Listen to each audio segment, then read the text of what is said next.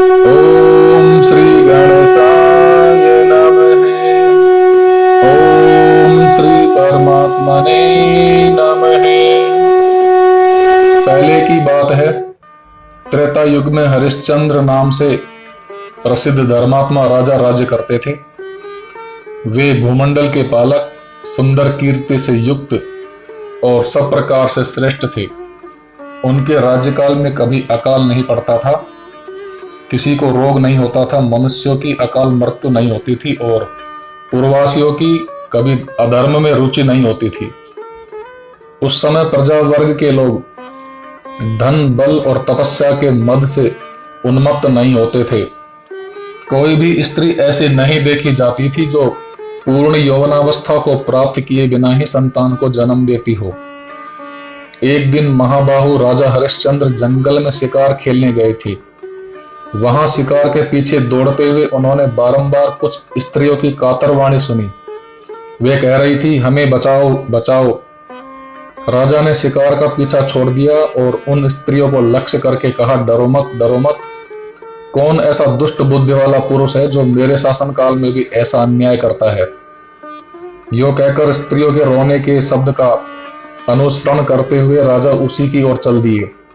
इसी बीच में प्रत्येक कार्य के आरंभ में बाधा उपस्थित करने वाला रुद्र कुमार विघ्नराज इस प्रकार सोचने लगा, ये महर्षि विश्वामित्र बड़े पराक्रमी हैं और अनुपम तपस्या का आश्रय लेकर उत्तम व्रत का पालन करते हुए उन भवादि विद्याओं का साधन करते हैं जो पहले इन्हें सिद्ध नहीं हो सकी। ये महर्षि क्षमा, मौन तथा आत्म संयम पूर्वक जिन विद्याओं का साधन करते हैं वे उनके भय से पीड़ित होकर यहाँ विलाप कर रही हैं। इनके उद्धार का कार्य मुझे किस प्रकार करना चाहिए। इस प्रकार विचार करते हुए रुद्र कुमार विघ्नराज ने राजा के शरीर में प्रवेश किया। उनके आवेश से युक्त होने पर राजा ने क्रोधपूर्वक ये बातें कही, ये कौन पापाचारी मनुष्य है जो कपड़े की गठरी में अग्नि को बांध रहा है। बल और प्रचंड तेज से उद्दीप्त मुझ राजा के उपस्थित रहते हुए आज कौन ऐसा पापी है जो मेरे धनुष से छूटकर संपूर्ण दिशाओं को देदीप्यमान करने वाले बाणों से सर्वांग में छिन्न भिन्न होकर कभी न टूटने वाली निद्रा में प्रवेश करना चाहता है। राजा की यह बात सुनकर तपस्वी विश्वामित्र कुपित हो उठे। उनके मन में क्रोध का उदय होते ही वे संपूर्ण विद्याएं जो स्त्रियों के रूप में रो रही थी क्षण भर में अंतर्धान हो गई। तदंतर राजा ने उन तपस्या के भंडार महर्षि विश्वामित्र की ओर दृष्टिपात किया तो वे बड़े भयभीत हुए और सहसा पीपल के पत्ते की भांति थरथर कांपने लगे। इतने में विश्वामित्र बोल उठे, ओ दुरात्मा, खड़ा तो रहे। तब राजा ने विनय पूर्वक मुनि के चरणों में प्रणाम किया और कहा, भगवान, यह मेरा धर्म था, प्रभु इसे आप मेरा अपराध न माने। मुने, अपने धर्म की रक्षा में लगे हुए मुझ राजा पर आपको क्रोध नहीं करना चाहिए। धर्मज्ञ राजा को तो यह उचित ही है कि वे धर्मशास्त्र के अनुसार दान दे, रक्षा करे और धनुष उठाकर युद्ध करे। विश्वामित्र बोले, राजन, यदि तुम्हें अधर्म का डर है तो शीघ्र बताओ, किसको दान देना चाहिए, किनकी रक्षा करनी चाहिए और किनके साथ युद्ध करना चाहिए। हरिश्चंद्र ने कहा, श्रेष्ठ ब्राह्मणों को तथा जिनकी जीविका नष्ट हो गई हो ऐसे अन्य मनुष्यों को भी दान देना चाहिए। भयभीत प्राणियों की रक्षा करनी चाहिए और शत्रुओं के साथ सदा युद्ध करना चाहिए। विश्वामित्र बोले, यदि तुम राजा हो और राज धर्म को भली भांति जानते हो तो मैं प्रतिग्रह की इच्छा रखने वाला ब्राह्मण हूं, मुझे इच्छानुसार दक्षिणा दो। महर्षि की यह बात सुनकर राजा ने अपना नया जन्म हुआ माना और प्रसन्न चित्त से कहा, भगवान, आपको मैं क्या दूं। आप निशंक होकर कहिए, यदि कोई दुर्लभ से दुर्लभ वस्तु हो तो उसे भी दी हुई ही समझें। विश्वामित्र ने कहा, वीरवर, तुम समुद्र, पर्वत, ग्राम और नगरों सहित यह सारी पृथ्वी मुझे दे दो। रथ, घोड़े, हाथी, कोठार और खजाने सहित सारा राज्य भी मुझे समर्पित कर दो। इसके अतिरिक्त भी जो कुछ तुम्हारे पास है वह मुझे दे दो। केवल अपनी स्त्री, पुत्र और शरीर को अपने पास रख लो।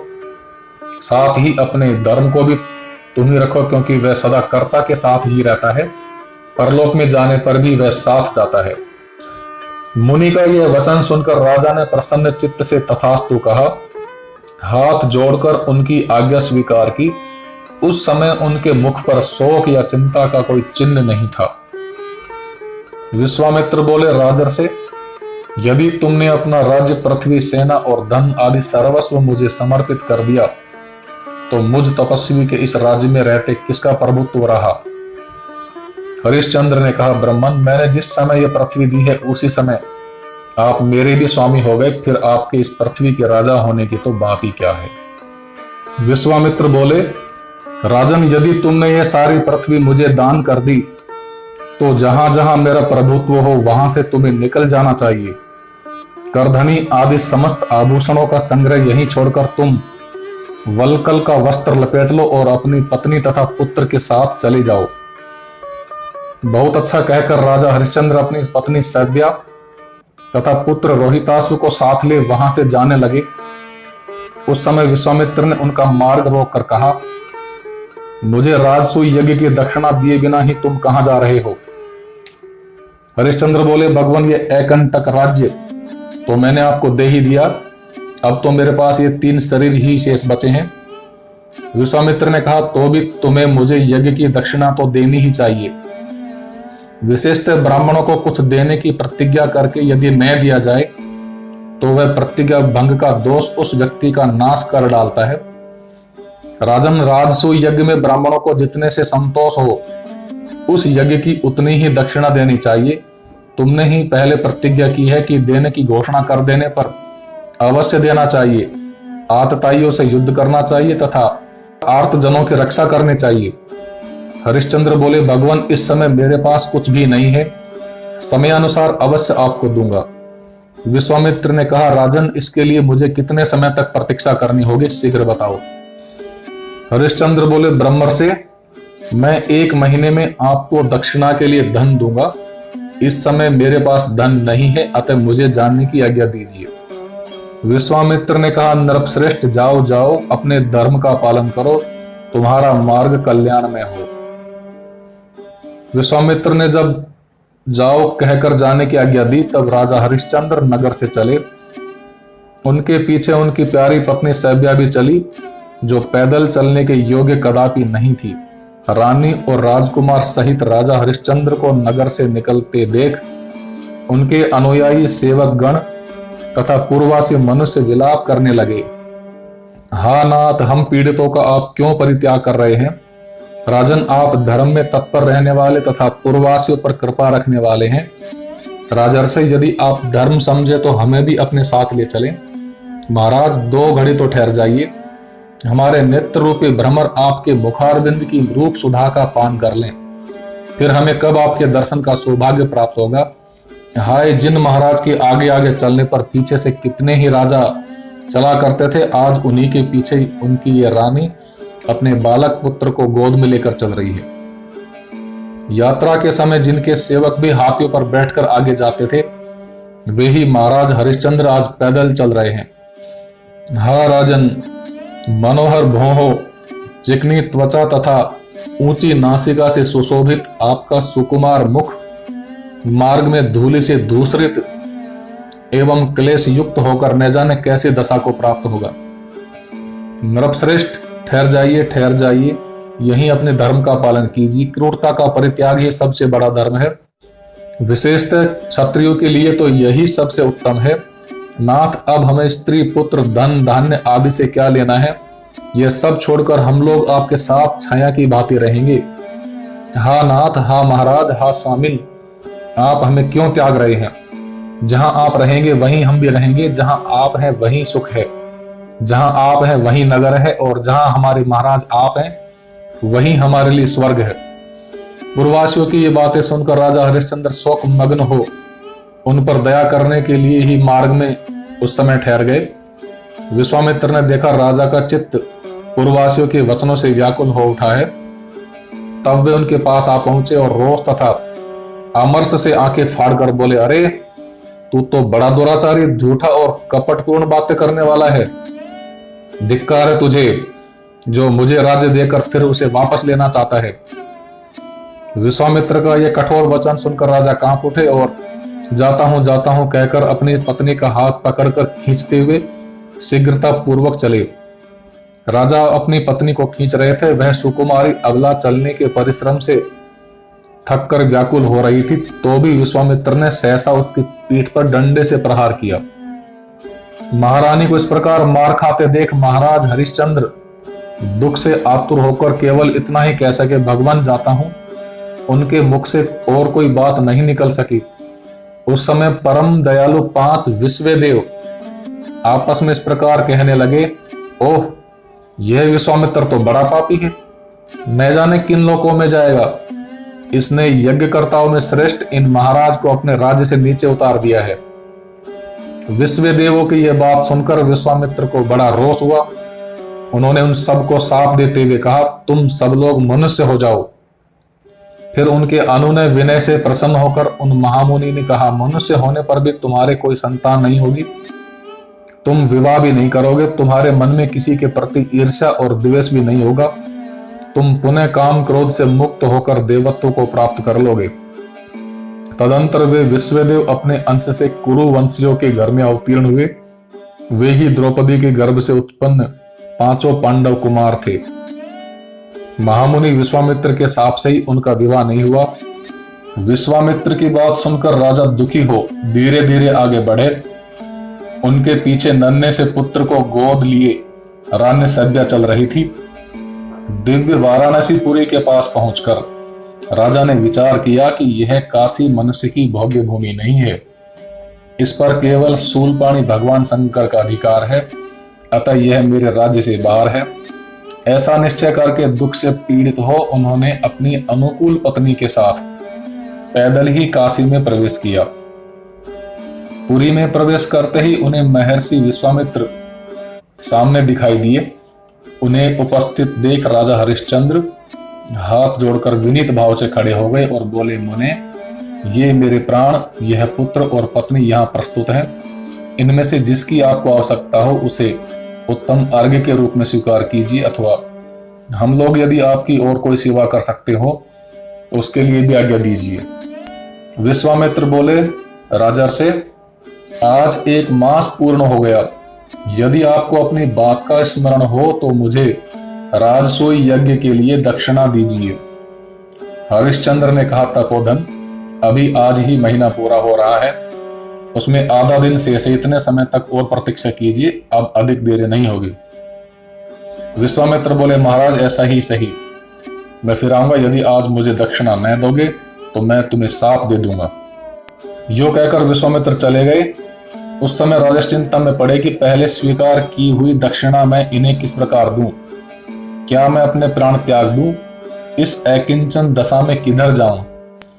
यदि प्रतिज्ञा की हुई दक्षिणा के बिना ही मर जाऊं तो ब्राह्मण के धन का अपहरण करने के कारण पापात्मा समझा जाऊंगा और मुझे अधम से अधम कीट योनि में जन्म लेना पड़ेगा।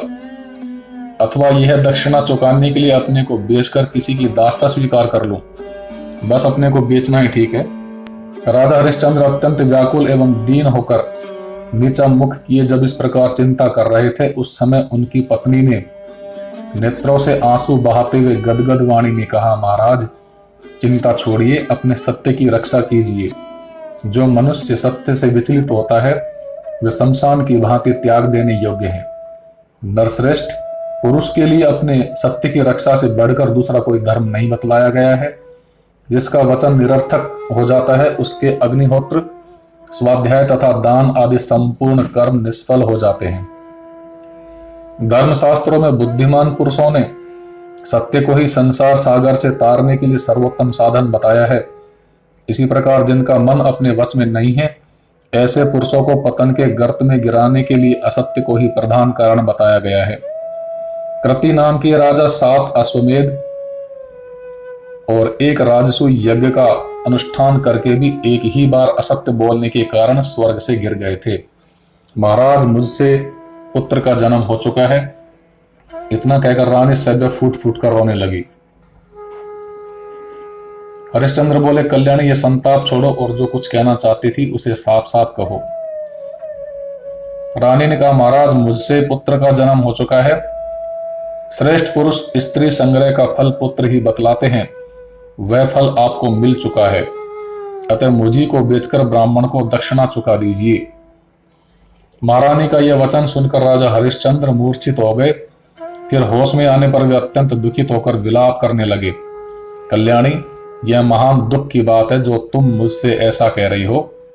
यूं कहकर नरश्रेष्ठ हरिश्चंद्र पृथ्वी पर गिर पड़े और मूर्छित हो गए। महाराज हरिश्चंद्र को पृथ्वी पर पड़ा देख रानी अत्यंत दुखित होकर बड़ी करुणा के साथ बोली, हाँ महाराज, ये किसका चीता हुआ अनिष्ट फल आपको प्राप्त हुआ? आप तो रंकु नामक मृग के रोए से बने हुए कोमल एवं चिकने वस्त्र पर शयन करने योग्य हैं, किंतु आज भूमि पर पड़े हैं। जिन्होंने करोड़ों से भी अधिक गोधन ब्राह्मणों को दान दिया है, वे ही ये मेरे प्राणनाथ महाराज इस समय धरती पर सो रहे हैं।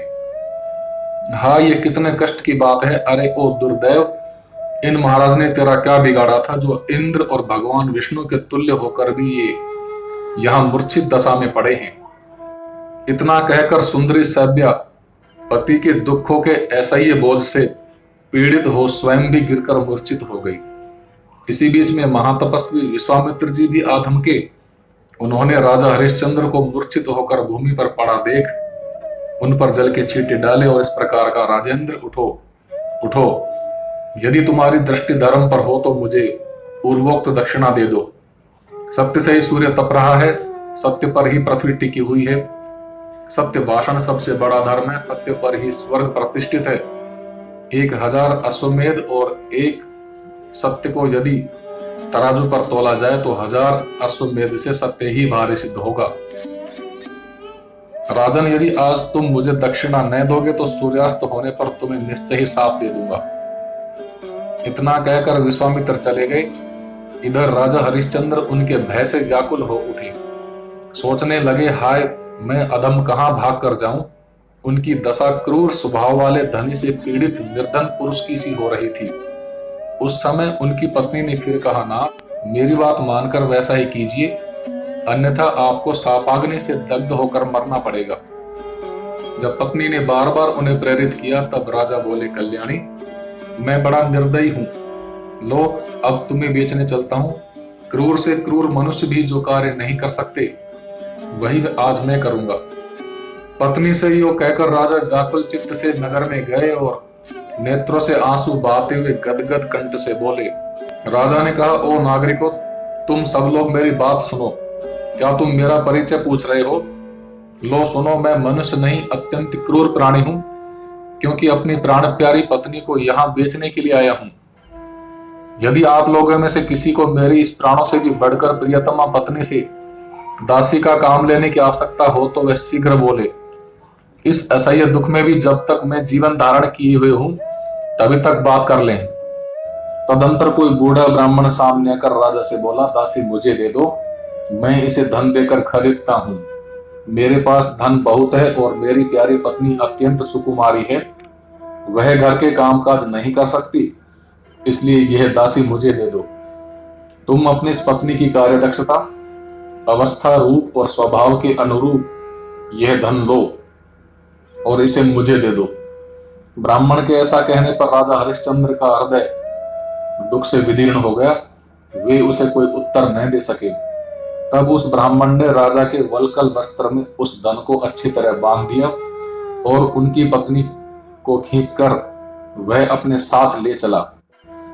माता को इस दशा में देखकर बालक रोहितासुर रो उठा और हाथ से उसका वस्त्र पकड़कर अपनी ओर खींचने लगा। उस समय रानी ने अपने पुत्र से कहा, बेटा आओ, जी भरकर देख लो, तुम्हारी माता अब दासी हो गई। तुम राजपुत्र हो, मेरा स्पर्श न करो। अब मैं तुम्हारे स्पर्श करने योग्य न रही। फिर सहसा अपनी माता को खींचकर ले जाए जाते हुए देख बालक रोहितासुर माँ माँ कहकर रोता हुआ दौड़ा। उस समय उसके नेत्रों से आंसू बह रहे थे। जब बालक पास आया तब उस ब्राह्मण ने क्रोध में भरकर उसे लात से मारा, तो भी उसने अपनी मां को नहीं छोड़ा, केवल माई माई कहकर बिलखता रहा। तब रानी ने ब्राह्मण से कहा, स्वामी आप मुझ पर कृपा कीजिए, इस बालक को भी खरीद लीजिए। यद्यपि आपने मुझे खरीद लिया है, तथापि इस बालक के बिना मैं आपके कार्य को अच्छी तरह नहीं कर सकती। मैं बड़ी अभागिनी हूँ, आप मुझ पर दया करके प्रसन्न हो और बछड़े से गाय की तरह इस बालक से मुझे मिलाइए। ब्राह्मण बोला, राजन यह धन लो और इस बालक को भी मुझे दे दो। यो कहकर उसने पूर्ववत राजा के उत्तरीय खंड में वह धन बांध दिया और बालक को उसकी माता के साथ लेकर चल दिया। इस प्रकार पत्नी और पुत्र को ले जाए जाते देख राजा हरिश्चंद्र अत्यंत दुख से कातर हो गए और विलाप करने लगे। हाय, पहले जिसे वायु, सूर्य, चंद्रमा तथा बाहरी लोग कभी नहीं देख पाते थे, वही मेरी पत्नी आज दासी बन गई। जिसके हाथों की अंगुली अत्यंत सुकुमार हैं, वह सूर्य वंश में उत्पन्न मेरा बालक आज बेच दिया गया। हा प्रिय, हा पुत्र, हा वत्स, मुझ नीच के अन्याय से तुम्हें दैवाधीन दशा को प्राप्त होना पड़ा, फिर भी मेरी मृत्यु नहीं होती, मुझे धिक्कार है। राजा हरिश्चंद्र इस प्रकार विलाप कर रहे थे, इतने में ही वह ब्राह्मण उन दोनों को साथ ले ऊंचे ऊंचे वृक्ष और ग्रह आदि की ओट में छिप गया। वह बड़ी शीघ्रता से चल रहा था। तदंतर विश्वामित्र ने वहां पहुंचकर राजा से धन मांगा। हरिश्चंद्र ने भी वह धन उन्हें समर्पित कर दिया। पत्नी और पुत्र को बेचने से प्राप्त हुए उस धन को थोड़ा देखकर कौशिक मुनि ने शोकाकुल राजा से कुपित होकर कहा, क्षत्रियाधम, क्या तू इसी को मेरे यज्ञ के अनुरूप दक्षिणा मांगता है? यदि ऐसी बात है तो मेरे महान बल को देख। अपनी भली भांति की हुई तपस्या का, निर्मल ब्राह्मणत्व का, उग्र प्रभाव का तथा विशुद्ध स्वाध्याय का बल तुझे दिखाता हूं। हरिश्चंद्र ने कहा, भगवान, कुछ काल और प्रतीक्षा कीजिए, और भी दक्षिणा दूंगा। इस समय नहीं है, मेरी पत्नी और पुत्र बिक चुके हैं। विश्वामित्र ने कहा, राजन, दिन का चौथा भाग शेष है, इतने ही समय तक मुझे प्रतीक्षा करनी है, बस इसके उत्तर में तुम्हें कुछ कहने की आवश्यकता नहीं है। राजा हरिश्चंद्र से इस प्रकार निर्दयतापूर्ण निष्ठुर वचन कहकर और उस धन को लेकर कोप में भरे हुए विश्वामित्र तुरंत वहां से चल दिए। उनके जाने पर राजा भय और शोक के समुद्र में डूब गए। उन्होंने सब प्रकार विचार करके अपना कर्तव्य निश्चित किया और नीचा मुंह करके आवाज लगाई, जो मनुष्य मुझे धन से खरीदकर दास का काम लेना चाहता हो, वे सूर्य के रहते रहते शीघ्र ही बोले। उसी समय धर्म चांडाल का रूप धारण करके तुरंत वहां आए। उस चांडाल के शरीर से दुर्गंध निकल रही थी। विकृत आकार, रूखा बदन, दाढ़ी मूछे बड़ी हुई और दांत निकले हुए थे। निर्दयता की तो वह मूर्ति ही था। काला रंग, लंबा पेट, पीलापन लिए हुए रूखे नेत्र और कठोर वाणी, यही उसका स्वरूप था। उसने झुंड के झुंड पक्षियों को पकड़ रखा था। मुर्दों पर चढ़ी हुई मालाओं से वह अलंकृत था। उसने एक हाथ में खोपड़ी और दूसरे में लाठी ले रखी थी। उसका मुंह बहुत बड़ा था। वह देखने में भयानक तथा बारंबार बहुत बकवाद करने वाला था। कुत्तों से घिरे होने के कारण उसकी भयंकरता और भी बढ़ गई थी। चांडाल बोला, मुझे तुम्हारी आवश्यकता है, तुम शीघ्र ही अपनी कीमत बताओ। थोड़े अथवा बहुत, जितने धन से तुम प्राप्त हो सको उसे कहो। चांडाल की दृष्टि से क्रूरता टपक रही थी। वह बड़ी निष्ठुरता के साथ बातें करता था। देखने से अत्यंत दुराचारी प्रतीत होता था। इस रूप में उसे देखकर राजा ने पूछा, तू कौन है? चांडाल ने कहा, मैं चांडाल हूं। इस श्रेष्ठ नगरी में मुझे सब लोग प्रवीर के नाम से पुकारते हैं। मैं वध्य मनुष्यों का वध करने वाला और मुर्दों का अस्त्र लेने वाला प्रसिद्ध हूं। हरिश्चंद्र बोले, मैं चांडाल का दास होना नहीं चाहता। वह बहुत ही निंदित कर्म है। सापाग्नि से जल मरना अच्छा, किंतु चांडाल के अधीन होना कदापि अच्छा नहीं है। वे इस प्रकार कह ही रहे थे कि महान तपस्वी विश्वामित्र मुनि आ पहुंचे और क्रोध एवं अमर्ष से आंखें फाड़कर राजा से बोले, यह चांडाल तुम्हें बहुत सा धन देने के लिए उपस्थित है। उसे ग्रहण करके मुझे यज्ञ की पूरी दक्षिणा क्यों नहीं देते?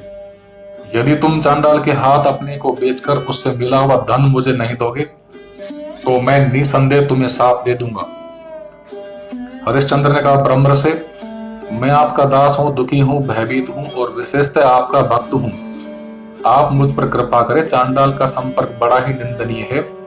मुनिश्रेष्ठ, शेष धन के बदले मैं आपका ही सब कार्य करने वाला, आपके अधीन रहने वाला तथा आपकी इच्छा के अनुसार चलने वाला दास बनकर रहूंगा। विश्वामित्र बोले, यदि तुम मेरे दास हो तो मैंने 1 अरब स्वर्ण मुद्रा लेकर तुम्हें चांडाल को दे दिया। अब तुम उसके दास हो गए। मुनि के ऐसा कहने पर चांडाल मन ही मन बहुत प्रसन्न हुआ।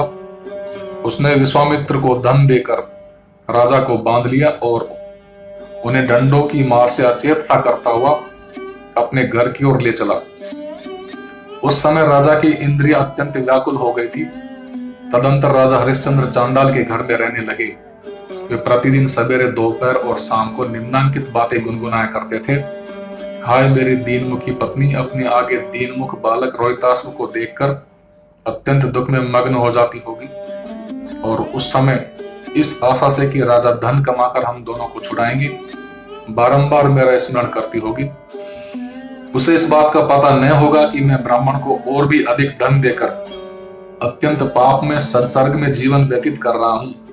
राज्य का नाश, सुहृदों का त्याग, पत्नी और पुत्र का विक्रय तथा अंत में चांडालत्व की प्राप्ति, अहो ये एक के बाद एक दुख की कैसी परंपरा चली आती है। इस प्रकार वे चांडाल के घर में रहते हुए प्रतिदिन अपने प्रिय पुत्र तथा अनुकूल पत्नी का स्मरण किया करते थे। अपना सर्वस्व छिन जाने के कारण राजा बहुत व्याकुल रहते थे। कुछ काल के बाद राजा हरिश्चंद्र चांडाल के वश में होने के कारण शमशान घाट पर मुर्दों के कपड़े संग्रह करने के काम में नियुक्त हुए। चांडाल ने उन्हें आज्ञा दी थी कि तुम मुर्दों के आने की प्रतीक्षा में रात दिन यहीं रहो। यह आदेश पाकर राजा काशीपुरी के दक्षिण शमशान भूमि में बने हुए सौ मंदिर में गए। उस शमशान में बड़ा भयंकर शब्द होता था। वहां सैकड़ों सियारें भरी रहती थी। चारों ओर मुर्दों की खोपड़ियां बिखरी पड़ी थी। सारा शमशान दुर्गंध से व्याप्त और अत्यंत धूम से आच्छादित था। उसमें पिशाच, भूत, वेताल, डाकनी और यक्ष रहा करते थे। गिद्धों और गीदड़ों से भी वह स्थान भरा रहता था। झुंड के झुंड कुत्ते उसे घेरे रहते थे। यत्र तत्र हड्डियों के ढेर लगे हुए थे। सब ओर से बड़ी दुर्गंध आती थी। अनेकों मृत व्यक्तियों के बंधु बांधवों के करुण क्रंदन से वह शमशान भूमि बड़ी ही भयानक और कोलाहल पूर्ण रहती थी। हा पुत्र, हा मित्र, हा बंधु, हा भ्राता, हा वत्स, हा प्रियतमा, हा पतिदेव, हा बहन, हा माता, हा मामा, हा पितामह, हा मातामह, हा पिताजी, हा पुत्र, हा बांधव, तुम कहाँ चले गए, लौटाओ। इस प्रकार विलाप करने वालों की करुणापूर्ण ध्वनि वहां जोर जोर से सुनाई पड़ती थी। ऐसी भूमि में निवास करने के कारण राजा न रात में सो पाते थे न दिन में। बारंबार हाहाकार करते रहते थे। इस प्रकार उनके 12 महीने 100 वर्षों के समान बीते। एक समय की बात है, राजकुमार रोहित खेलने के विचार से बाहर चला गया। उसके साथ बहुत से लड़के भी थे। खेलने के पश्चात वह कुसा उखाड़ने लगा। अपनी शक्ति के अनुसार जड़ और अग्रभाग से युक्त बहुत से कोमल कुश उसने उखाड़े। इससे मेरे गुरुदेव प्रसन्न होंगे, यूं कहकर दोनों हाथों से यत्न पूर्वक उसने कुसा उखाड़ी।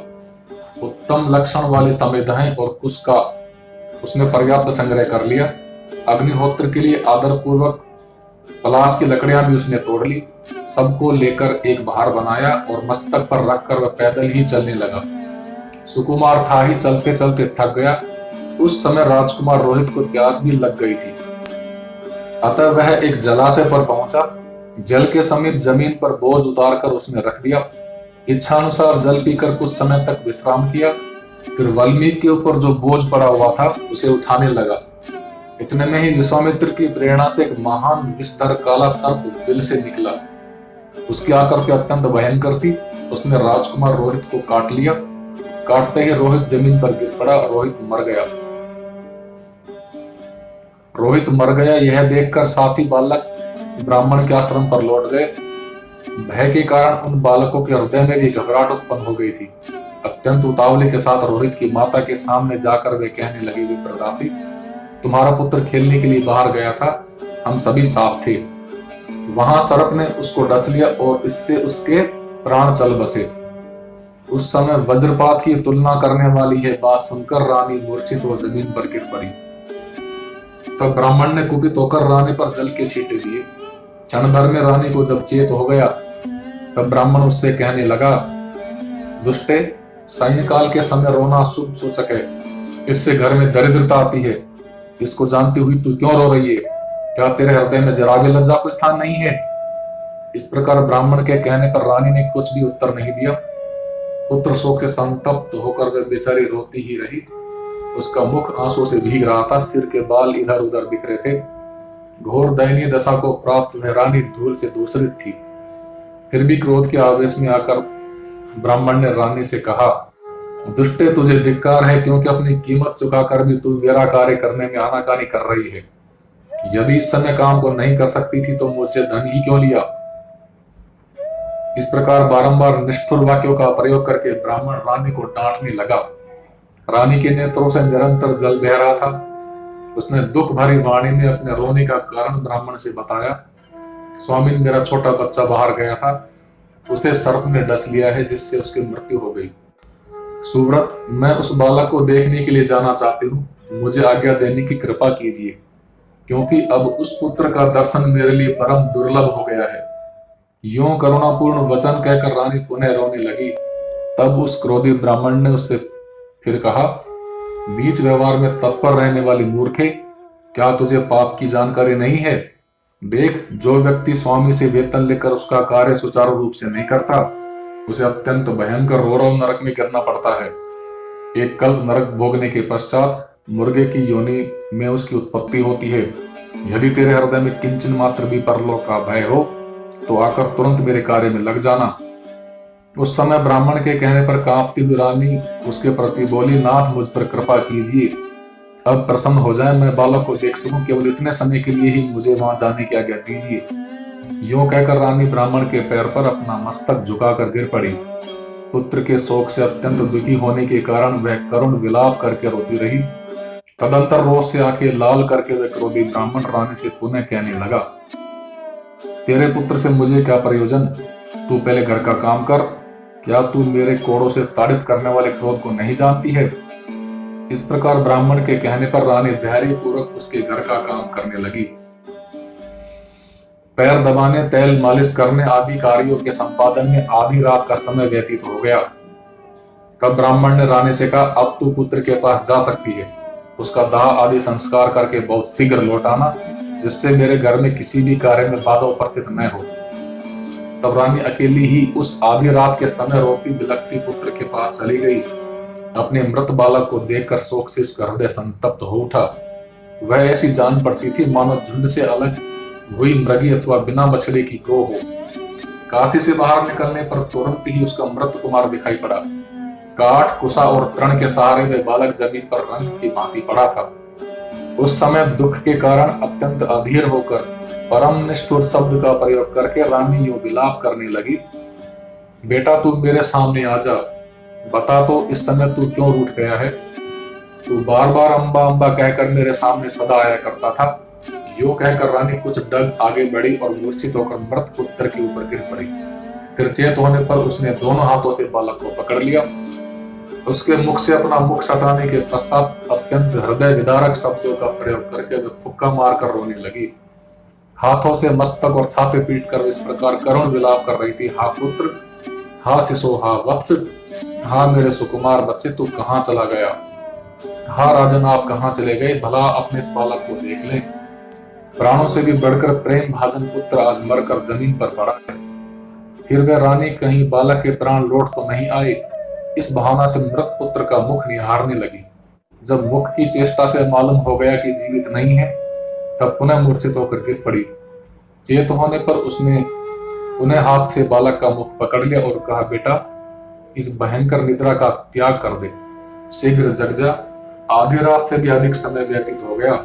सैकड़ों सियार बोल रहे हैं, भूत प्रेत पिशाच और डाकनी आदि के झुंड से भयंकर आवाज श्रवण गोचर हो रही है। सूर्यास्त होते ही तेरे सभी मित्र घर चले गए, केवल तू ही यहाँ कैसे रह गया? इस प्रकार विलाप करने के बाद दुर्बल शरीर वाली वे रानी फिर यूं कहकर रोने लगी, हाँ शिशो, तू निरा बालक है।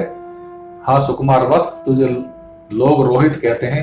रे पुत्र, तू मेरे कहने पर कुछ उत्तर क्यों नहीं देता? वत्स, मैं तेरी माता हूँ, क्या तू ये नहीं जानता? मेरी ओर दृष्टि फैला। पुत्र, हमें देश से निकल जाना पड़ा, राज्य की सत्ता हाथ से चली गई, पतिदेव ने मुझे दूसरे के हाथ बेच दिया और मैं दासी के काम में नियुक्त हो गई। इतनी विपत्तियों का सामना करके भी मैं केवल तुझे देकर अपना जीवन काटती थी। बेटा, तेरे जन्म के समय ब्राह्मणों ने भविष्य की बात बताई थी। उन्होंने कहा था कि यह बालक दीर्घायु, पृथ्वी का शासक, पुत्र पौत्र से संपन्न, सूरवीर, दानी, पराक्रमी, ब्राह्मण, गुरु एवं देवता का उपासक, माता पिता से प्रेम रखने वाला, सत्यवादी और जितेंद्रिय होगा। पुत्र, उनके ये सभी वचन इस समय सत्य हो रहे हैं। तेरे हाथ के तलवे में चक्र, मछली, छत्र, श्रीवत्स, स्वस्तिक, ध्वजा, कलश एवं चमर आदि के चिन्ह तथा अन्य भी जो शुभ लक्षण विद्यमान हैं, वे सब के सब इस समय निष्फल सिद्ध हो रहे हैं। पृथ्वी पर शासन करने वाले हा राजन, आपका राज्य, मंत्रिमंडल, सिंहासन, छत्र, तलवार और धन सब कहाँ चले गए? पुत्र, अयोध्या, गगनचुंबी महल, हाथी, घोड़े, रथ और प्रजा, इन सब के साथ ही तू भी मुझे छोड़कर कहाँ चला गया? हा कंत, हा राजन, आप यहाँ पधार कर अपने प्रिय पुत्र को देखें, जो खेलते हुए छाती पर चढ़कर कुमकुम से उसे रंग देता था, तथा जिसके शरीर में लगे हुए कीचड़ से कभी आपकी छाती मलिन हो जाती थी, तथा कभी गोद में बैठकर जो वाल चपलता के कारण आपके मस्तक पर लगे हुए कस्तूरी मिश्रित चंदन को मिटा दिया करता था, जिसके मिट्टी लगे मुख को स्नेहवश आप चूमा करते थे, उसी के मुख पर आज मैं देखती हूँ कि मक्खियां भिन्ना रही हैं। हा राजन, वही आपका पुत्र आज मरकर अकिंचन की भांति धरती पर पड़ा है, उसे देख तो लें। हा देव, पूर्व जन्म में मेरे द्वारा कौन सा ऐसा कुकृत हो गया कि उसकी फल भोग का मैं अंत ही नहीं पा रही हूँ। हा पुत्र, हाँ शिशो, हा वत्स, हाँ मेरे सुंदर कुमार। इस प्रकार रानी उच्च स्वर से विलाप कर रही थी। रोने के शब्द नागरिकों के कान में पड़े, उनकी नींद उचट गई। अत्यंत आश्चर्य में पड़कर वे दौड़े हुए रानी के पास आए। नागरिकों ने कहा, तुम कौन हो? यह बालक किसका है और तुम्हारे पति देव कहाँ है?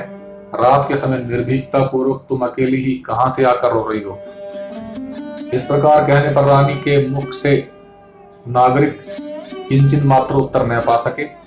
तब रानी के प्रति नागरिकों के मन में संदेह उत्पन्न हो गया। डर के कारण उनके शरीर के रोंगटे खड़े हो गए। हाथ में आयुध लेकर वे परस्पर कहने लगे, निश्चय ही यह स्त्री नहीं है, क्योंकि इसके मुख से कोई भी बात नहीं निकलती। अवश्य ही यह बालकों को खा जाने वाली पिशाची है। अतएव यत्न करके इसे मार डालना चाहिए। यदि कोई आदरणीय स्त्री होती तो इस घोर रात्रि में यहाँ बाहर रहती ही क्यों? होने हो यह पिशाची किसी के पुत्र को खाने के लिए ही यहाँ ले आई है। यूं आपस में परामर्श करके कुछ लोगों ने तुरंत रानी के केस पकड़ लिए। कुछ अन्य व्यक्तियों ने रानी की दोनों भुजाएं पकड़ ली तथा कितनों के हाथ रानी के गले में भिड़ गए। राक्षसी, अब तू नहीं जा सकेगी, यो कहकर बहुत से शस्त्रधारी नागरिक रानी को घसीटकर चांडाल के स्थान पर ले गए और उसे चांडाल को सौंप दिया। साथ ही कहा, चांडाल, यह बच्चों को खा जाने वाले राक्षसी है। हमने इसे बाहर देख लिया है, तुम अभी कहीं बाहर ले जाकर इसे मार डालो, मार डालो। तब चांडाल ने रानी को देखकर कहा, मैं इसे जानता हूं, बहुतों के मुख से इसकी चर्चा होती है। प्राय लोगों के बच्चों को यह खा जाया करती है, परंतु इसके पहले किसी ने भी इसे नहीं देखा। आप लोगों ने इसे पकड़कर बहुत ही पुण्य कमाया है, आपकी कीर्ति जगत में सदा रहेगी। अच्छा, अब आप लोग सुखपूर्वक यहाँ से पधारे। जो मनुष्य गो, ब्राह्मण, स्त्री और बालक का वध करता हो, सुवर्ण चुराता हो, आग लगाता हो, रास्ता रूंधता हो, शराब पीता हो, गुरु की सैया पर सोता हो तथा श्रेष्ठ पुरुषों का विरोध करता हो, तो उस वध करने से पुण्य होता है। ऐसे कार्य में तत्पर रहने वाले ब्राह्मण की स्त्री को भी मार डालने में दोष नहीं लगता, अतः इसका वध मेरे लिए योग्य ही है। इस प्रकार कहकर चांडाल ने मजबूत बंधनों से रानी को बांध दिया। फिर उसने केस पकड़कर रस्सियों से बुरी तरह चोट पहुंचाई। इसके पश्चात चांडाल ने कठोर वचन का प्रयोग करके हरिश्चंद्र को बुलाया और उनसे कहा, रे दास, तू बिना कुछ विचार इस दुराचारिणी स्त्री का तुरंत वध कर डाल। चांडाल का यह वचन वज्रपात की तुलना कर रहा था। उसे सुनकर स्त्री वध की आशंका से राजा हरिश्चंद्र का शरीर कांप उठा। उन्होंने चांडाल से कहा, मैं इस काम के करने में असमर्थ हूँ, मुझे कोई अन्य कार्य करने की आज्ञा दीजिए। इसके सिवा आपके कहे हुए असाध्य कार्य को भी मैं कर डालूंगा। राजा हरिश्चंद्र की यह बात सुनकर चांडाल ने उनसे यह वचन कहा, अरे तुम डरो मत, तलवार लेकर इसे मार डालो, क्योंकि इसका वध पुण्यप्रद है। बालकों को भय पहुंचाने वाली इस राक्षसी की कभी भी रक्षा नहीं करनी चाहिए। चांडाल की उपयुक्त बात सुनकर राजा ने उत्तर दिया, जिस किसी प्रकार से भी स्त्री की रक्षा करनी चाहिए। स्त्री को कभी भी मारना नहीं चाहिए, क्योंकि धर्मपरायण मुनियों का कथन है कि स्त्री का वध करना महान पाप है। जो पुरुष जानकर अथवा अनजान में भी स्त्री की हत्या कर देता है, उसे महाभयंकर रोराव नामक नरक में गिरकर यातना भोगनी पड़ती है। चांडाल ने कहा, अरे इतना कहने सुनने की आवश्यकता नहीं है। बिजली के समान चमकने वाली एक तीखी तलवार पड़ी है, इसे हाथ में ले ले, क्योंकि जिस एक के मार डालने पर बहुतों के सुखी होने की संभावना हो, उसकी हिंसा निश्चय ही पुण्यप्रद होती है। यह दुष्टा संसार में बहुत से बच्चों को खा चुकी है, अतः इसको तुरंत मार डालना चाहिए। इसके मरने पर जगत की एक अशांति समाप्त हो जाएगी। राजा बोले, चांडाल राज, मैं जीवन पर्यंत कभी भी स्त्री वध न करने की प्रतिज्ञा कर चुका हूँ, अतः इस स्त्री वध रूपी घोर कार्य के लिए मेरे द्वारा प्रयत्न नहीं हो सकता। चांडाल ने कहा, दुष्ट, बुद्ध स्वामी के इस कार्य को छोड़कर दूसरा काम क्या है? तू अब वेतन लेकर मेरा काम क्यों नहीं करता? जो स्वामी से मूल्य चुकाकर उसका कार्य अधूरा रखता है, उसका करोड़ों कल्पों तक नरक से उद्धार नहीं होता। राजा बोले, चांडालनाथ, मुझे कोई दूसरा कार्य करने की आज्ञा दीजिए, चाहे वह कितना ही कठिन हो।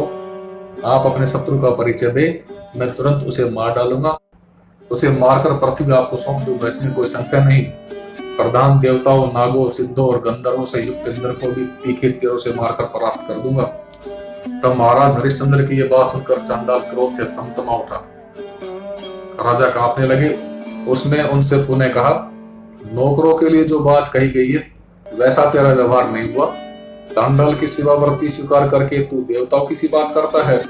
दास, अधिक कहने से क्या प्रयोजन है? तू मेरी निश्चित बात सुन। निर्लज्ज, यदि तेरे हृदय में किंचित मात्र भी पाप का भय है तो चांडाल के घर पर आकर तूने दासता ही स्वीकार क्यों की? अतः इस तलवार को उठा और तुरंत इस स्त्री के कमल जैसे मस्तक को धड़ से अलग कर दे। इस प्रकार कहकर चांडाल ने महाराज हरिश्चंद्र के हाथ में तलवार पकड़ा दी। तदंतर महाराज हरिश्चंद्र नीचा मुंह करके रानी से कहने लगे, बाले, मैं एक पापी व्यक्ति हूँ, तुम यहाँ मेरे सामने बैठ जाओ। यदि मेरा हाथ मारने में काम दे सका तो मैं तुम्हारा सिर काटने का विचार करता हूँ। यो कहकर राजा ने तलवार हाथ में ले ली और वे मारने के लिए तैयार हो गए। अब तक न राजा रानी को पहचान सके थे और न रानी राजा को भी। उस समय अत्यंत दुख से संतप्त होने के कारण स्वयं मर जाने की अभिलाषा रखने वाले रानी ने कहा, चांडाल, यदि तुम्हें उचित जान पड़े तो कुछ मेरी बात सुनने की कृपा करो। इस नगर के बाहर थोड़ी ही दूर पर मेरा पुत्र मरा पड़ा है। जब तक उस मरे हुए बालक को तुम्हारे पास लाकर मैं दाह कर दूं, तब तक के लिए तुम प्रतीक्षा करो। इसके बाद मुझे तलवार से मार डालना। तब राजा हरिश्चंद्र ने रानी की बात स्वीकार करके उसे बालक के पास जाने की आज्ञा दे दी। उस समय रानी के दुख का पार नहीं था। अत्यंत करुण विलाप करती हुई वह चली गई। हा पुत्र, हा वत्स, हा शिशो, यो बारंबार कहते हुए रानी मृत बालक को लेकर शमशान घाट पर लौट आई और उसने उसे जमीन पर लिटा दिया। उस समय रानी का प्रत्येक अंग शोक की अग्नि से जल रहा था।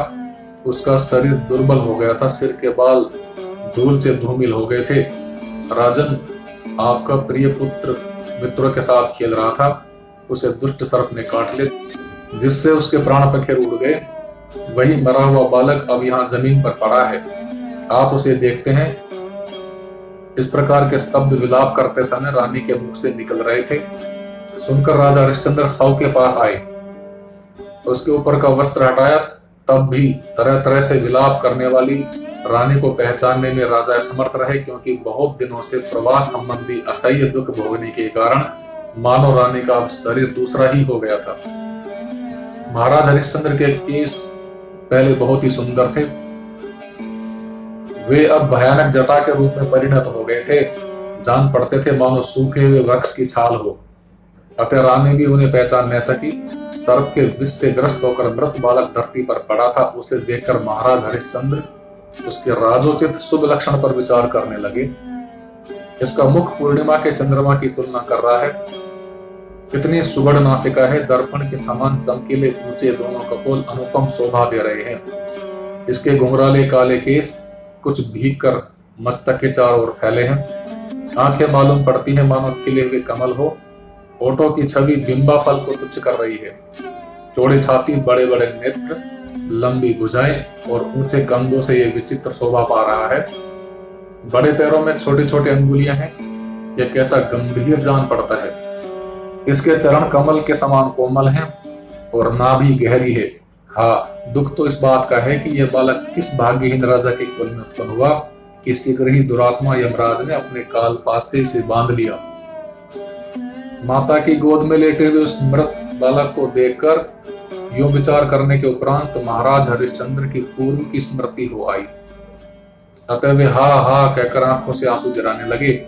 उनके मुख से यह आवाज निकल पड़ी कि कहीं मेरे बच्चे की ही तो यह दशा नहीं हो गई है, वही कहीं क्रूर यमराज के फंदे में पड़ गया हो तो उसकी भी यही स्थिति हो सकती है। इस प्रकार सोचकर राजा हरिश्चंद्र कुछ समय के लिए वहीं ठहर गए। तब रानी महान दुख के आवेश में आकर कहने लगी, हा वत्स, किस पाप के परिणाम स्वरूप ऐसा महान दारुण दुख सामने उपस्थित हुआ है, इसका कारण समझ में नहीं आता। हा नाथ, हा राजन, आप मुझ अत्यंत दुखिनी को छोड़कर किस स्थान को सुशोभित कर रहे हैं? आपके चित्त में कैसे शांति है? राज्य हाथ से निकल गया, सुहृद वर्ग पृथक हो गए, स्त्री और पुत्र को बेच देना पड़ा। हा देव, तुमने राजर्षि हरिश्चंद्र के सामने एक कैसी दारुण दशा उपस्थित कर दी। जब महाराज हरिश्चंद्र ने रानी की यह बात सुनी तब वे अपने स्थान से चलकर उसके समीप आ गए, क्योंकि अब उन्हें अपनी साध्वी पत्नी और मरे हुए पुत्र के विषय की पूर्ण जानकारी हो गई थी। वे कहने लगे, हाय, महान कष्ट है कि यह पत्नी मेरी है और ये बालक भी मेरा ही है। रहस्य खुल जाने पर उनके हृदय में असीम ज्वाला उत्पन्न हो गई। अचेत होकर वे पृथ्वी पर गिर पड़े। राजा ऐसी दारुण दशा को प्राप्त है, यह जानकर रानी भी महान दुखी होकर पृथ्वी पर पड़ गई। उसकी इंद्रियां शिथिल हो गई और मूर्छा ने उसे धर दबाया। फिर साथ ही राजा और रानी दोनों को चेत हुआ। वे अत्यंत संतप्त होकर विलाप करने लगे। राजा ने कहा, हा वत्स, टेढ़ी अलकावली से कुछ घिरे हुए तुम्हारे सुंदर मुख को मैं देखा करता था। आज वह मुख मेरे कातर हृदय को विदीर्ण क्यों नहीं कर देता? तुम अपनी मधुर भाषा में पिताजी कहकर स्वयं मेरे पास आ जाते थे। अब फिर कब मैं तुम्हें पाकर प्रेमवश वत्स वत्स कहकर पुकारूंगा? अब किसके धूली से सने हुए घुटने मेरी चादर, गोद और शरीर को मैल से भर देंगे? मन और हृदय को प्रफुल्लित करने वाले पुत्र, तुम मेरा मनोरथ पूर्ण न कर सके। जिसने साधारण वस्तु की भांति तुम्हें बेच दिया था, उसी मुझ पिता को पाकर तुम पिता वाले बने थे। मेरा संपूर्ण राज्य नष्ट हो गया था। परिवार में बहुत से बंधु बांधव थे, परंतु किसी ने साथ नहीं दिया। प्रतिकूल देव के कारण ऐसी निर्दय दशा से संपन्न मुझ व्यक्ति से आज तुम्हारी भेंट हो गई। आज विषधर सर्प के काटे हुए पुत्र के कमल जैसे मुख को देखता हुआ मैं बड़ी ही विषम परिस्थिति में पड़ गया हूँ। इस प्रकार विलाप करके राजा हरिश्चंद्र ने मरे हुए पुत्र को उठा लिया। दुख के कारण उनकी वाणी लड़खड़ा रही थी। राजा ने पुत्र को छाती से लगाया और स्वयं निश्चेष्ट होकर गिर पड़े। उन्हें मूर्छा आ गई। उस समय पृथ्वी पर पड़े हुए राजा को देखकर रानी के मन में ऐसा विचार उत्पन्न हुआ कि ये परम आदरणीय पुरुष वाणी के स्वर से ही पहचानने में आ जाते हैं कि विद्वानों के मन को आह्लादित करने वाले चंद्रमा रूपी हरिश्चंद्र ही हैं। इसमें अब संदेह नहीं रहा। इनकी सुंदर ऊंची नासिका तिल के पुष्प की तुलना कर रही है। इन परम यशस्वी महात्मा पुरुष के दांत जान पड़ते हैं मानो फूलों की अधखिली कलियां हो। यदि ऐसी बात है तो ये महाराज शमशान घाट पर कैसे आए? अब पुत्र शोक छोड़कर रानी गिरे हुए पति देव को देखने लगी। उस समय पुत्र और पति दोनों के दुख से अत्यंत घबराई हुई रानी के मन में कभी भयंकर दुख भरा आश्चर्य उत्पन्न हो जाता था और कभी प्रसन्नता आ जाती थी। उसके नेत्र पति की ओर गए और वह चेत होकर जमीन पर गिर पड़ी। धीरे धीरे जब मूर्छा दूर हुई तब वह गदगद वाणी से कहने लगी, अरे निर्दय, मर्यादा रहित एवं निंदा के पात्र देव, तुम्हें धिक्कार है। तुमने देवता के समान लब्ध प्रतिष्ठित नरेश को चांडाल बना दिया है। ये अपने राज से च्युत हो गए। इष्ट मित्रों ने इनका साथ छोड़ दिया। स्त्री और पुत्र भी इन्होंने बेच दिए। तुम्हारे प्रभाव से ऐसी परिस्थिति में पड़कर ये नरेश चांडाल हो गए। आज मैं छत्र अथवा सिंहासन कुछ भी नहीं देखती। पहले जिनकी यात्रा करते समय राजा लोग सेवा वृत्ति स्वीकार कर लेते थे तथा अपनी चादरों से पथ में पड़ी हुई धूल झाड़ देना राजाओं का काम था, वे ही ये महाराज आज दुख से व्यथित होकर इस अपवित्र शमशान भूमि में भटक रहे हैं। यहाँ सर्वत्र खोपड़ियां बिखरी हैं, कहीं टूटे घड़े हैं तो कहीं फटे कपड़े। मृतक के शरीरों से उतरे सूत्रों तथा बिखरे बालों से यह जमीन कितनी भयानक लगती है। चर्बी गिरकर सूख गई है, जिनसे इसकी बड़ी क्रूर शोभा हो रही है। राख के ढेरों, अंगारों, अधजली हड्डियों और मज्जाओं से इस स्थान की भयंकरता अधिक बढ़ गई है। गीद और सियार बोल रहे हैं, मोटे ताजे क्षुद्र पक्षियों की भरमार है। चिता के धुएं से चारों अंधकार छाया है। मुर्दों के आस्वाद से मस्त गीदड़ सर्वत्र दृष्टिगोचर हो रही है। इस प्रकार कहकर रानी महाराज हरिश्चंद्र के कंठ से लिपट गई। दुख एवं शोक से रानी का सर्वांग व्याप्त था। उसने कातरवाणी में पुनः विलाप करना आरंभ कर दिया। राजन, यह स्वप्न है अथवा सत्य जिसे आप मान्यता दे रहे हैं? महाभाग, आप स्पष्ट बताने की कृपा करें, क्योंकि मेरे मन में बड़ी घबराहट हो रही है। धर्मज्ञ, यदि यह बात ऐसी ही है तो धर्म और सत्य के पालन तथा ब्राह्मण और देवता के पूजन करने से सहायता ही क्या मिली? अब धर्म, सत्य, सरलता और अनृशंसता के लिए कहीं स्थान ही नहीं है। यही कारण है कि आप जैसे धर्मपरायण सज्जन अपने राज्य से हाथ धो बैठे। रानी का यह वचन सुनकर राजा ने बड़े जोर से गर्म सांस छोड़ा। साथ ही गिड़गिड़ाकर चांडाल होने की सारी बातें रानी को सुनाई। सुनकर उसके दुख की सीमा नहीं रही। बहुत देर तक रानी रोती रही। इसके बाद रानी ने अपने पुत्र के मरण की सारी बातें राजा को सुनाई। सुनते ही राजा धड़ाम से धरती पर गिर पड़े। फिर उठकर उन्होंने मृत पुत्र को उठा लिया। तब धर्मपरायण रानी ने गिड़गिड़ाकर महाराज हरिश्चंद्र से कहा, राजन, अब आप अपने स्वामी की दास्ता सफल कीजिए। मेरा मस्तक काटकर आप स्वामी द्रोही और असत्यवादी होने से बचिए। राजेंद्र, आपकी वाणी असत्य नहीं होनी चाहिए तथा दूसरे के प्रति द्रोह भी महान पाप है। रानी की यह बात सुनकर राजा पृथ्वी पर गिर पड़े और उन्हें मूर्छा आ गई।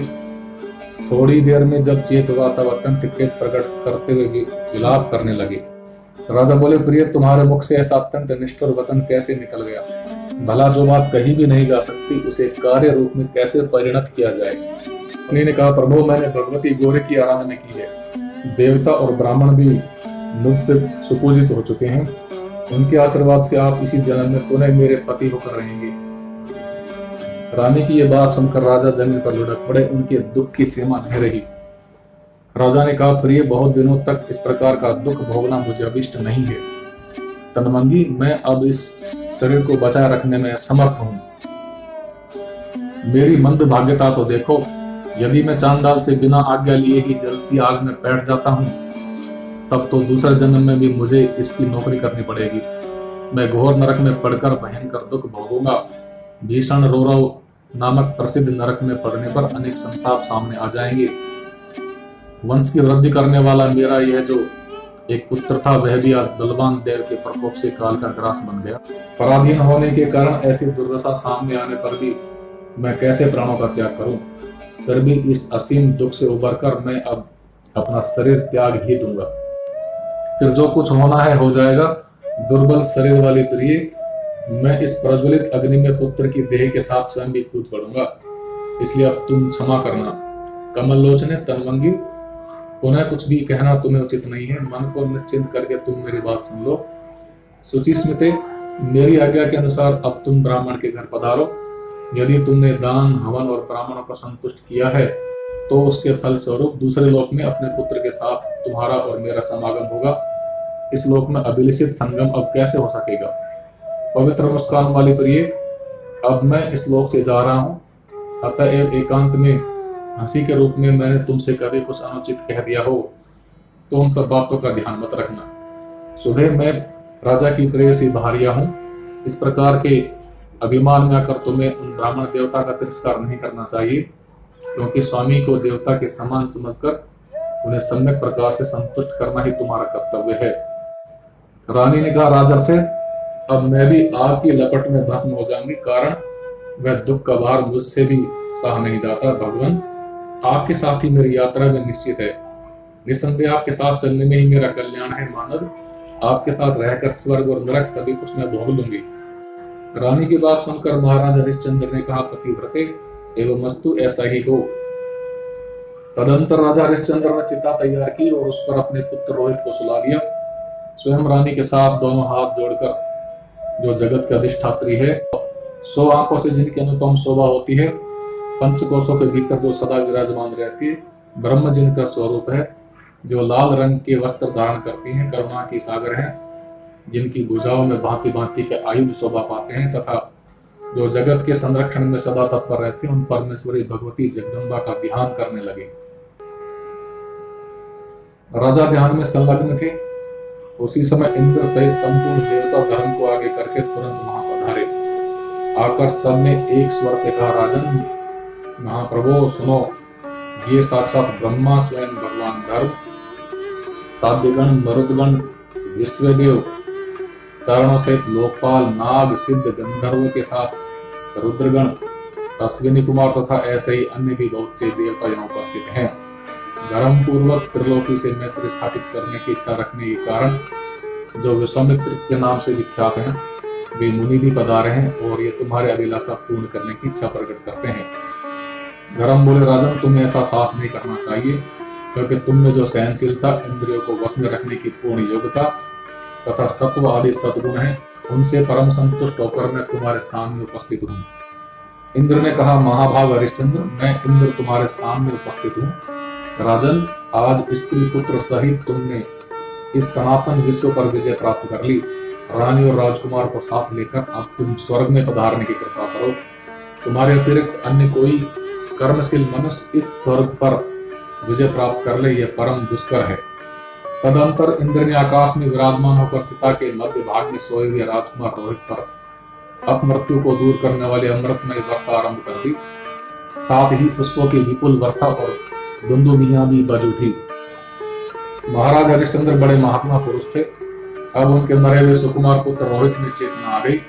स्वस्थ होकर वह प्रसन्नता पूर्वक उठ बैठा। राजा ने अपने उस पुत्र को हृदय से लगा लिया। उस समय रानी भी वहां थी। सारी संपत्तियां लौटकर उनके पास आ गई।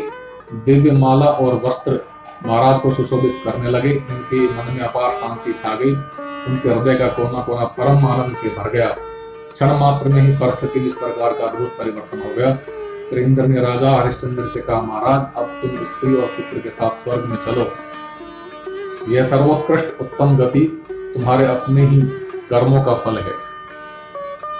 हरिश्चंद्र ने कहा, देवराज, चांडाल मेरा स्वामी है, मैंने उससे आज्ञा नहीं ली है। उससे छुट्टी पाए बिना मैं स्वर्ग लोक में नहीं जाऊंगा। धर्म बोले, राजन, तुम्हारे भावी क्लेश के संबंध में विचार करके मैं ही माया में चंडाल बन गया था।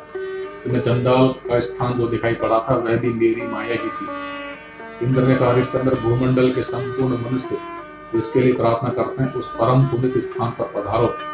पुण्यात्मा पुरुष ही उस पद के अधिकारी हो सकते हैं।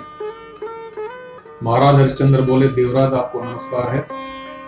मेरी प्रार्थना सुनने की कृपा कीजिए। अयोध्या में रहने वाले बहुत से मानव मेरे दुख से परम दुखी और काल व्यतीत कर रहे हैं। उन्हें ऐसी स्थिति में छोड़कर मैं स्वर्ग कैसे जाऊंगा। गोवध, स्त्रीवध, ब्राह्मणवध और मद्यपान ये घोर पाप है। अपने भक्त के त्याग को भी इन्हीं के समान महापाप कहा गया है। अतः श्रद्धालु व्यक्ति का त्याग नहीं करना चाहिए। उसे छोड़ने वाला कैसे सुखी हो सकता है। अतएव इंद्र, मैं इन श्रद्धालु मनुष्यों को छोड़कर स्वर्ग नहीं जाऊंगा। आप यहाँ से पधारने की कृपा करें। सुरेश्वर, यदि मेरे साथ ही इन सब के चलने की व्यवस्था हो तो मैं भी चला चलूंगा। नरक में जाना हो तो नरक में भी चला जाऊंगा। इंद्र ने कहा, राजन, अयोध्या के ये नागरिक भांति भांति के पुण्य और पाप कर चुके हैं। महिपाल, स्वर्ग सर्वसाधारण जनता के उपभोग में आ जाए, ऐसी इच्छा तुम क्यों प्रकट करते हो। हरिश्चंद्र ने कहा, देवराज, प्रजा ही राजा का अंग है। उसी की कृपा से राजा को राज्य भोग का सुअवसर प्राप्त होता है। प्रजा की सहायता से ही बड़े बड़े यशों द्वारा देवताओं की उपासना तथा कुएं, तालाब आदि धार्मिक प्रतिष्ठानों की स्थापना में राजा को सफलता मिलती है। मैं भी उन नागरिकों का बल पाकर ही संपूर्ण कार्य करता हूँ। इसलिए समयानुसार भेंट देने वाले उन पुरवासियों को अपने स्वर्ग के लोक से मैं नहीं छोड़ सकता। अतएव देवेश, मैंने जो कुछ भी उत्तम कार्य किया है, दान, यज्ञ और जप आदि सामान्य कर्मों के प्रभाव से मुझे जो भी फल मिलने वाला है तथा जिस उत्तम कर्म के फल स्वरूप बहुत दिनों तक स्वर्ग भोगने का जो मैं अधिकारी बनाया जाता हूँ, वे सभी सुकृत बांटकर एक दिन भी उन नागरिकों के साथ स्वर्ग में रहने का मुझे अवसर मिल जाए, वह आपकी कृपा पर निर्भर है। तदंतर सबके अधिष्ठाता इंद्र ने ऐसा ही होगा कहकर राजा की प्रार्थना स्वीकार कर ली। धर्म और गादी नंदन विश्वामित्र के मन में प्रसन्नता की सीमा नहीं रही। तदंतर वे सभी महानुभाव अयोध्यापुरी में जो चारों वर्णों से खचाखच भरी थी पहुंच गए। जाकर देवराज इंद्र ने महाराज हरिश्चंद्र के सामने ही सबसे कहा, नागरिक जनों, तुम सब लोग परम दुर्लभ स्वर्ग में चलने के लिए शीघ्र तैयार हो जाओ। धर्म की कृपा से ही तुम सभी व्यक्तियों को ऐसा सुअवसर प्राप्त हुआ है। धर्म में टूट श्रद्धा रखने वाले महाराज हरिश्चंद्र ने भी उन नागरिकों से कहा, हाँ, हम सब लोग अब स्वर्ग की यात्रा करें। देवराज इंद्र की बात सुनकर राजा हरिश्चंद्र के प्रति नागरिकों के मन में अपार प्रसन्नता उत्पन्न हुई। जो सांसारिक कार्य से विरक्त हो गए थे, वे गृहस्थी का भार अपने पुत्रों को संभालकर स्वर्ग जाने के लिए तैयार हो गए। सबकी सवारी के लिए विमान आए हुए थे। लोगों के शरीर में सूर्य के समान प्रभाव उत्पन्न हो गए। सबके हृदय आनंद से परिपूर्ण हो गए। महामना हरिश्चंद्र ने अपने पुत्र रोहित का अयोध्या के राज्य पर अभिषेक कर दिया। उस समय उस रमणीय पुरी में कोई भी व्यक्ति दीनहीन नहीं था। फिर राजा अपने पुत्र से मिले। उन्होंने सुहृदों का सम्मान और अभिवादन किया। तत्पश्चात जो पुण्य से प्राप्त होने वाले तथा देवताओं के लिए भी परम दुर्लभ है, उस विषय कीर्ति को प्राप्त कर इच्छानुसार चलने वाले तथा क्षुद्र घंटिकाओं से सुशोभित विमान पर वे बैठ गए। राजा हरिश्चंद्र का यह पावन चरित्र जो दुखी व्यक्ति सुनता है वह परम सुखी हो जाता है। स्वर्ग की अभिलाषा से इसका श्रवण करने वाला पुरुष स्वर्ग को तथा पुत्रार्थी पुत्र को प्राप्त कर सकता है। इसके प्रभाव से स्त्री की इच्छा रखने वाले को स्त्री तथा राज्य के अभिलाषी राज्य पा सकते हैं। बोलो सत्यवादी महाराज हरिश्चंद्र की जय। बोलो विष्णु भगवान की।